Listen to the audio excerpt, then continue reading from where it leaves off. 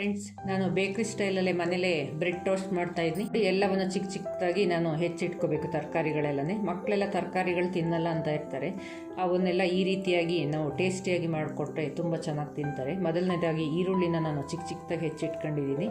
ಒಂದೆರಡು ಹಸಿರು ಮೆಣಸು ಚಿಕ್ಕದಾಗಿ ಕಟ್ ಮಾಡಿಟ್ಟಿದ್ದೀನಿ. ಮತ್ತು ಒಗ್ಗರಣೆಗೆ ಕರಿಬೇವಿನ ಸೊಪ್ಪು ಬೇಕು. ಮತ್ತು ನೋಡಿ, ಟೊಮೆಟೊ, ಕ್ಯಾರೆಟು, ಕ್ಯಾಪ್ಸಿಕಮ್ಮು, ಮತ್ತು ಬೀನ್ಸು, ಆಲೂಗೆಡ್ಡೆ, ಹೂಕೋಸು ಇವನ್ನೆಲ್ಲವನ್ನು ನಾನು ಚಿಕ್ಕ ಚಿಕ್ಕದಾಗಿ ಹೆಚ್ಚಿಟ್ಟಿದ್ದೀನಿ. ಇವನ್ನೆಲ್ಲವನ್ನು ಈಗ ನಾವು ಮೊದಲನೇದಾಗಿ ಒಗ್ಗರಣೆಗೆ ಹಾಕೋಣ. ಮೊದಲನೇದಾಗಿ ನಾನು ಬಾಣಲೆನ ಇಟ್ಟಿದ್ದೀನಿ. ಈ ಥರ ಅಲ್ಯೂಮಿನಿಯಂ ಪಾತ್ರೆ ಮಾಡೋದ್ರಿಂದ ಚೂರು ಏನು ಅಡಿಯೆಲ್ಲ ಸಿಹಿಯಲ್ಲ. ನೋಡಿ, ಪಾತ್ರೆ ಬಿಸಿ ಆಗ್ತಾಯಿದೆ. ಇದಕ್ಕೆ ನಾವು ಮೊದಲನೇದಾಗಿ ಒಂದು 2 ಟೇಬಲ್ ಸ್ಪೂನಷ್ಟು ಎಣ್ಣೆ ಹಾಕೋಣ. ನೋಡಿ, ಈ ರೀತಿಯಾಗಿ ಮನೇಲೆ ಮಾಡೋದ್ರಿಂದ ತುಂಬ ಟೇಸ್ಟು ಚೆನ್ನಾಗಿರುತ್ತೆ ಫ್ರೆಂಡ್ಸ್. ಎಣ್ಣೆ ಕಾಯ್ದಿದೆ. ಈಗ ಒಗ್ಗರಣೆಗೆ ಮೊದಲನೇದಾಗಿ ಸಾಸಿವೆ ಹಾಕೋಣ. ಚಟಪಟ ಅಂತ ಇದೆ ನೋಡಿ. ಈಗ ನೋಡಿ, ಮೊದಲನೇದಾಗಿ ಹಸಿಮೆಣಸಿನಕಾಯಿ ಮತ್ತು ಚಿಕ್ಕದಾಗಿ ಹೆಚ್ಚಿದ್ದಂತಹ ಈರುಳ್ಳಿ ಮತ್ತು ಅದೇ ರೀತಿ ಕರಿಬೇವಿನ ಸೊಪ್ಪು ಎಲ್ಲವನ್ನು ಹಾಕೋಣ. ಮೊದಲನೇದಾಗಿ ಮಕ್ಕಳೆಲ್ಲ ಸಂಜೆ ಟೈಮು ಕ್ಲಾಸಿಂದ ಬಂದಾಗೆಲ್ಲ ತುಂಬ ಚೆನ್ನಾಗಿರುತ್ತೆ. ಈ ರೀತಿಯಾಗಿ ರೆಡಿ ಮಾಡಿ ಇಟ್ಟಿದ್ರೆ ಮನೇಲಿ ಇದ್ದಂಥ ಅಮ್ಮಂದಿರು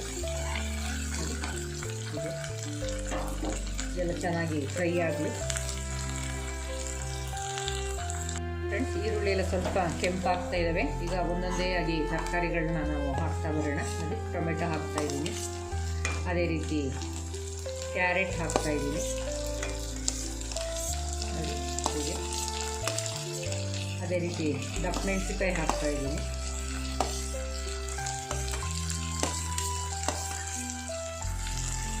ಅದೇ ರೀತಿ ಹೂಕೋಸು ಮತ್ತು ಕಾಲಿಫ್ಲವರು ಇದನ್ನು ನಾನು ಚಿಕ್ಕ ಚಿಕ್ಕ ಕಟ್ ಮಾಡಿ ಹಾಕ್ತಾಯಿದ್ದೀನಿ. ಮತ್ತು ಆಲೂಗೆಡ್ಡೆನೂ ಸಹ ಮೊದಲು ಸ್ವಲ್ಪ ಹೊತ್ತು ಬೇಗ ಕಟ್ ಮಾಡಿದರೆ ಸ್ವಲ್ಪ ನೀರಿಗೆ ಹಾಕಿಟ್ಕೊಳ್ಳಿ, ಇಲ್ಲಾಂದರೆ ಆಲೂಗೆಡ್ಡೆ ಕಪ್ಪಾಗ್ತದೆ. ಮತ್ತು ಅದೇ ರೀತಿ ಬೀನ್ಸು ಎಲ್ಲವನ್ನು ಚೆನ್ನಾಗಿ ಎಣ್ಣೆಲಿ ಫ್ರೈ ಮಾಡೋಣ. ಹೀಗೆ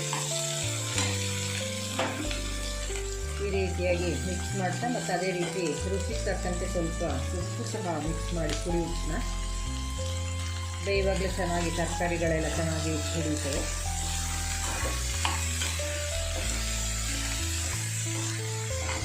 ಹೀಗೆ ಚೆನ್ನಾಗಿ ನಿಧಾನವಾಗಿ ಬೇಯಿ ಸಣ್ಣ ಉರಿಲಿ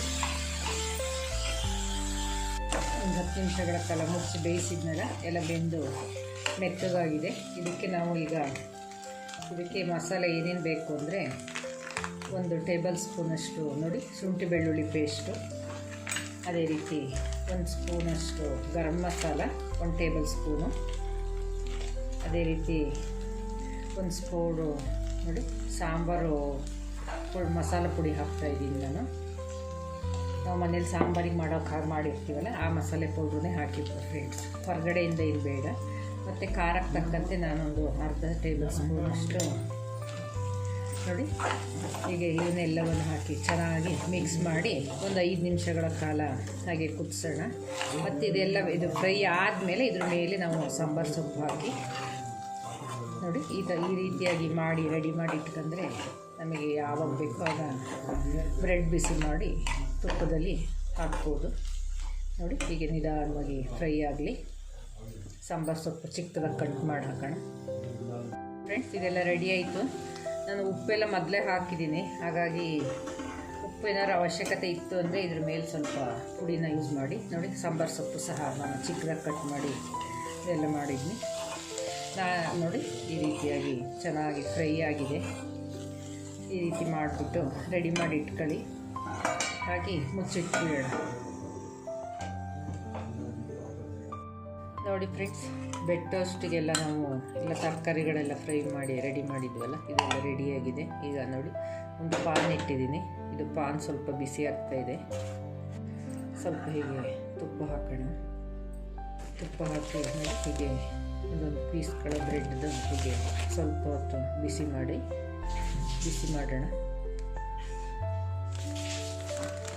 2 ಕಡೆನೂ ಹೀಗೆ ಮುಚ್ಚಿ ಸ್ವಲ್ಪ ರೋಸ್ಟ್ ಆಗುತ್ತೆ ಹೀಗೆ ಬಿಸಿ ಮಾಡಬೇಕು ಫ್ರೆಂಡ್ಸ್, ಆಗ ಟೇಸ್ಟ್ ಚೆನ್ನಾಗಿರ್ತದೆ.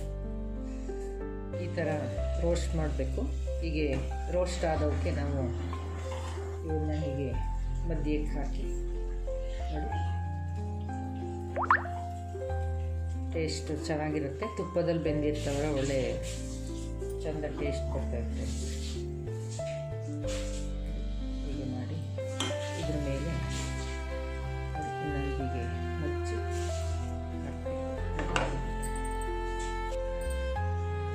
ತೆಗೆದಿಟ್ಕೊಂಡ್ರೆ ರೆಡಿ ಆಯಿತು ಸರ್ವಿಂಗ್. ನೋಡಿ ಫ್ರೆಂಡ್ಸ್, ರುಚಿಯಾದಂತಹ ಬ್ರೆಡ್ ಟೋಸ್ಟ್ ರೆಡಿ ಆಯಿತು. ಈ ರೆಸಿಪಿ ಇಷ್ಟ ಆದರೆ ನೀವು ಸಹ ಒಮ್ಮೆ ಟ್ರೈ ಮಾಡಿ ನೋಡಿ. ನಿಮ್ಮ ಅಭಿಪ್ರಾಯ ಹೇಗೆ ಅನ್ನೋದನ್ನ ಕಮೆಂಟ್ ಬಾಕ್ಸಲ್ಲಿ ತಿಳಿಸ್ತಾ ಬನ್ನಿ. ಅದೇ ರೀತಿ ನನ್ನ ರೆಸಿಪಿನ ಶೇರ್ ಮಾಡಿ. ಅದೇ ರೀತಿ ನನ್ನ ಚಾನಲ್ಗೆ ಸಬ್ಸ್ಕ್ರೈಬ್ ಮಾಡೋದನ್ನ ಮರಿಬೇಡಿ. Thank you friends.